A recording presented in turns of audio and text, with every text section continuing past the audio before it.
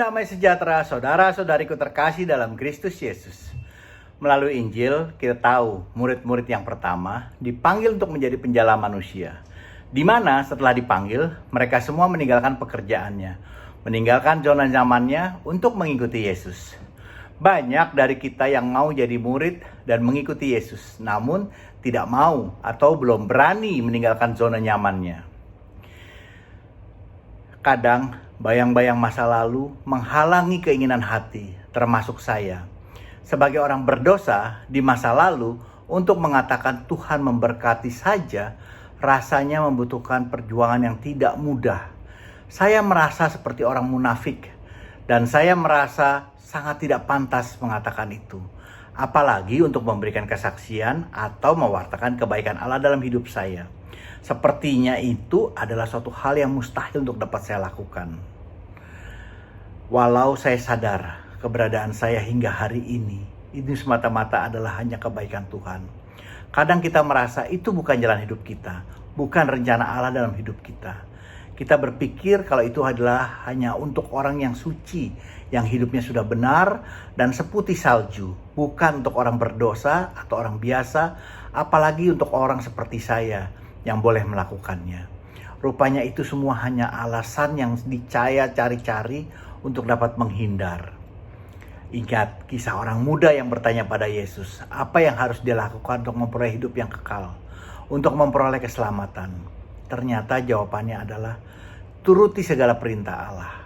Bahkan kalau mau sempurna, jangan ada kelekatan pada harta atau segala sesuatu pun juga.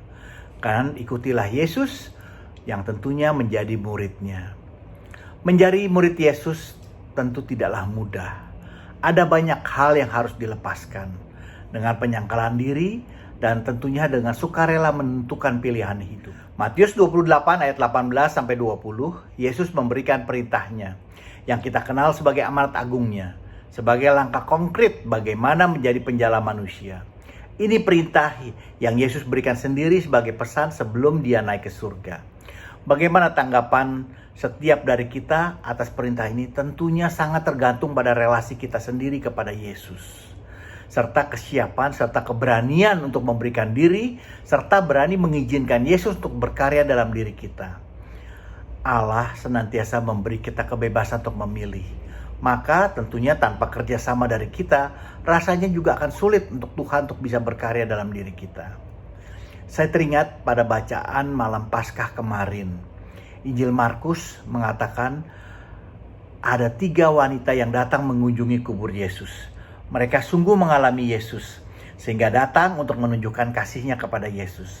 Bayangkan, ke-12 murid atau 11 muridnya yang sudah hidup bersama dengan Yesus dalam didikan Yesus selama 3 tahun saja, tidak datang kepada kubur Yesus.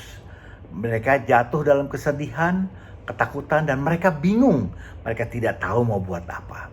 Sehingga malah mereka diam saja. Tetapi Maria Magdalena yang sudah mengalami kasih Yesus secara khusus, di mana dikatakan dia dibebaskan dari kuasa 7 roh jahat oleh Yesus, dia pergi ke kubur Yesus untuk memberikan rempah-rempah dan meminyaki jenazah Yesus. Memang setibanya di kubur mereka mendapati kubur itu kosong. Di sana ada malaikat yang memerintahkan kepada para wanita itu agar mereka jangan takut, serta untuk memberitakan kabar sukacita tentang kebangkitan Yesus kepada para murid-muridnya, juga kepada Petrus. Tapi apa yang kemudian yang mereka lakukan? Markus 16 ayat 8b mengatakan mereka tidak mengatakan apa-apa kepada siapapun juga karena takut dan gentar dan dahsyat. Kadang kita pun seperti para wanita ini. Kita masih diliputi kegelapan, ketakutan, sehingga kita tidak berani mewartakan kabar gembira, kabar sukacita Yesus yang bangkit. Kita belum berani memberikan diri untuknya. Memang, kemudian dikatakan pada ayat 9, setelah Yesus sendiri menampakkan diri kepada Maria Magdalena, lalu perempuan itu pergi memberitahukan kepada mereka yang selalu mengiringi Yesus. Tentu maksudnya di sini adalah murid-muridnya. Sehingga dapat dikatakan Maria Magdalena adalah orang pertama yang melakukan evangelisasi. Dia yang pertama mewartakan kebangkitan Yesus. Walau dikatakan juga saat mereka memberitahukan kepada teman-teman yang lain, teman-temannya itu tidak percaya. Jadi kita juga jangan takut kalau kita mewartakan Yesus. Kita jangan takut dicuekin, jangan kecewa, terus lakukan. Karena dari dulu juga sudah begitu. Biarkan Roh Kudus yang bekerja. Percaya saja, lihat hasilnya sekarang. Sebagai murid tentunya kita perlu berani untuk turut ambil bagian untuk mewartakan kabar sukacita kebangkitannya dan kebaikan Dia dalam hidup kita.